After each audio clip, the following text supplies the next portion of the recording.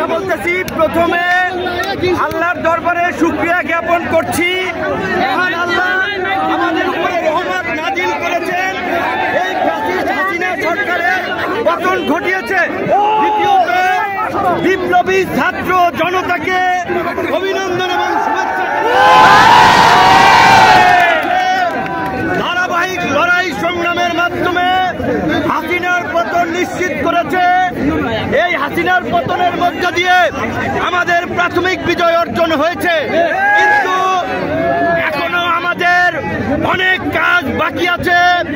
এই ফ্যাসিস্ট হাসিনার যারা দোষর ছিল রাজনীতি কিংবা প্রশাসনে, তাদেরকে চিহ্নিত করে বিচারের মুখোমুখি করতে হবে।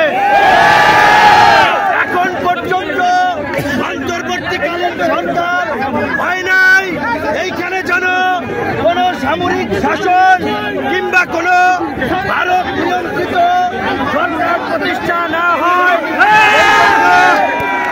সেই জন্য রাজনৈতিক ঐক্যমতের ভিত্তিতে অনতিবিলম্বে অন্তর্বর্তী সরকার গঠন করতে হবে। এবং ছাত্ররা ডক্টর মোহাম্মদ ইউনূসকে প্রধান করার যে প্রস্তাব দিয়েছে, আমার দল এবং আমরা সেই প্রস্তাব সমর্থন করছি। আমরা অনুরোধ জানাবো আজকে সন্ধ্যার আগে মহামান্য রাষ্ট্রপতি ডক্টর ইউনূসের নেতৃত্বে অন্তর্বর্তীকালীন সরকার গঠন করে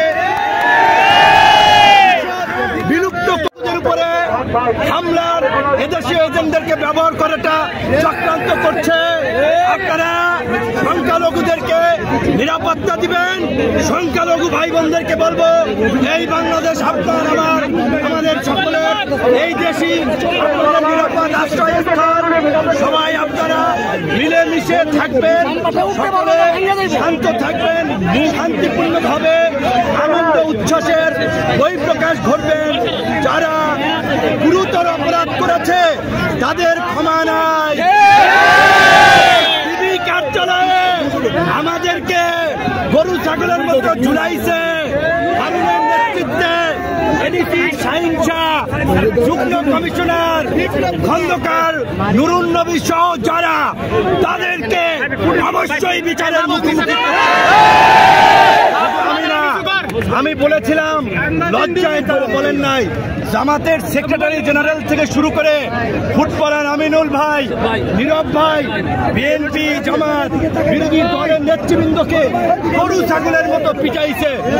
প্রশাসনের মধ্যে এই দুর্বৃত্তদেরকে চিহ্নিত করে অবশ্যই চাকরিচ্যুত করে জেলে ভরতে হবে। আপনারা গণ অধিকার পরিষদের নেতা কর্মীদেরকে বলবো, অন্যান্য এই আন্দোলন সংগ্রামে অংশগ্রহণকারী দল